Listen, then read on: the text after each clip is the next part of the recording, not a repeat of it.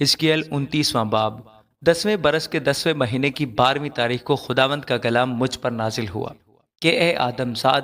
تو شاہ مصر فرعون کے خلاف ہو اور اس کے اور تمام ملک مصر کے خلاف نبوت کر، کلام کر اور کہہ، خداوند خدا یوں فرماتا ہے کہ دیکھ اے شاہ مصر فرعون، میں تیرا مخالف ہوں، اس بڑے گھڑیال کا جو اپنے دریاؤں میں لیٹ رہتا ہے اور کہتا ہے کہ میرا دریا میرا ہی ہے اور میں نے اسے اپنے لیے بنایا ہے، لیکن میں تیرے جبڑوں میں کانٹے اٹکاؤں گا اور تیرے دریاؤں کی مچھلیاں تیری کھال پر چمٹاؤں گا اور تجھے تیرے دریاؤں سے باہر کھینچ نکالوں گا اور تیرے دریاؤں کی سب مچھلیاں تیری کھال پر چمٹی ہوں گی، اور میں تجھ کو اور تیرے دریاؤں کی مچھلیوں کو بیابان میں پھینک دوں گا، تو کھلے میدان میں پڑا رہے گا، تو نہ بٹورا جائے گا نہ جمع کیا جائے گا۔ میں نے تجھے میدان کے درندوں اور آسمان کے پرندوں کی خوراک کر دیا ہے، اور مصر کے تمام باشندے جانیں گے کہ میں خداوند ہوں، اس لیے کہ وہ بنی اسرائیل کے لیے فقط سرکنڈے کا عصا تھے۔ جب انہوں نے تجھے ہاتھ میں لیا تو ٹوٹ گیا اور ان سب کے کندھے زخمی کر ڈالے۔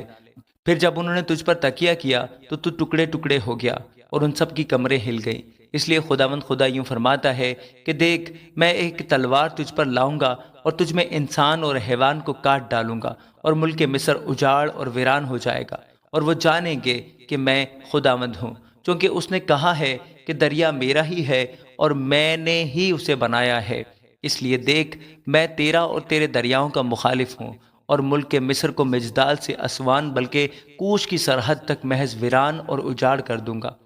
کسی انسان کا پاؤں ادھر نہ پڑے گا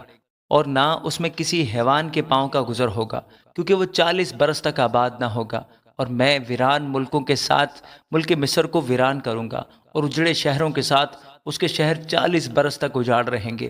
اور میں مصریوں کو قوموں میں پراگندہ اور مختلف ممالک میں تتر بتر کروں گا، کیونکہ خداوند خدا یوں فرماتا ہے کہ 40 برس کے آخر میں مصریوں کو ان قوموں کے درمیان سے جہاں وہ پراگندہ ہوئے جمع کروں گا، اور میں مصر کے اسیروں کو واپس لاؤں گا اور ان کو فتروس کی زمین ان کے وطن میں واپس پہنچاؤں گا، اور وہ وہاں حقیر مملکت ہوں گے۔ یہ مملکت تمام مملکتوں سے زیادہ حقیر ہوگی، پھر قوموں پر اپنے تئیں بلند نہ کرے گی، کیونکہ میں ان کو پست کروں گا تاکہ پھر قوموں پر حکمرانی نہ کریں، اور وہ آئندہ کو بنی اسرائیل کی تکیہ گانا ہوگی۔ جب وہ ان کی طرف دیکھنے لگیں تو ان کی بد کرداری یاد دلائیں گے اور جانیں گے کہ میں خداوند ہوں۔ 27ویں برس کے پہلے مہینے کی پہلی تاریخ کو خداوند کا کلام مجھ پر نازل ہوا کہ اے آدم زاد، شاہ بابل نبوکدنضر نے اپنی فوج سے سور کی مخالفت میں بڑی خدمت کروائی ہے۔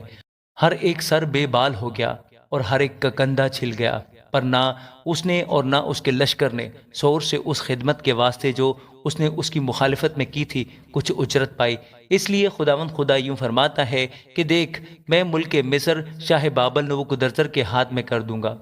وہ اس کے لوگوں کو پکڑ لے جائے گا اور اس کو لوٹ لے گا اور اس کی غنیمت کو لے لے گا، اور یہ اس کے لشکر کی اجرت ہوگی۔ میں نے ملک مصر اس محنت کی صلہ میں جو اس نے کی اسے دیا، کیونکہ انہوں نے میرے لیے مشقت کھینچی تھی۔ خداوند خدا فرماتا ہے، میں اس وقت اسرائیل کے خاندان کا سینگ اگاؤں گا اور ان کے درمیان تیرا منہ کھولوں گا، اور وہ جانیں گے کہ میں خداوند ہوں۔ آمین۔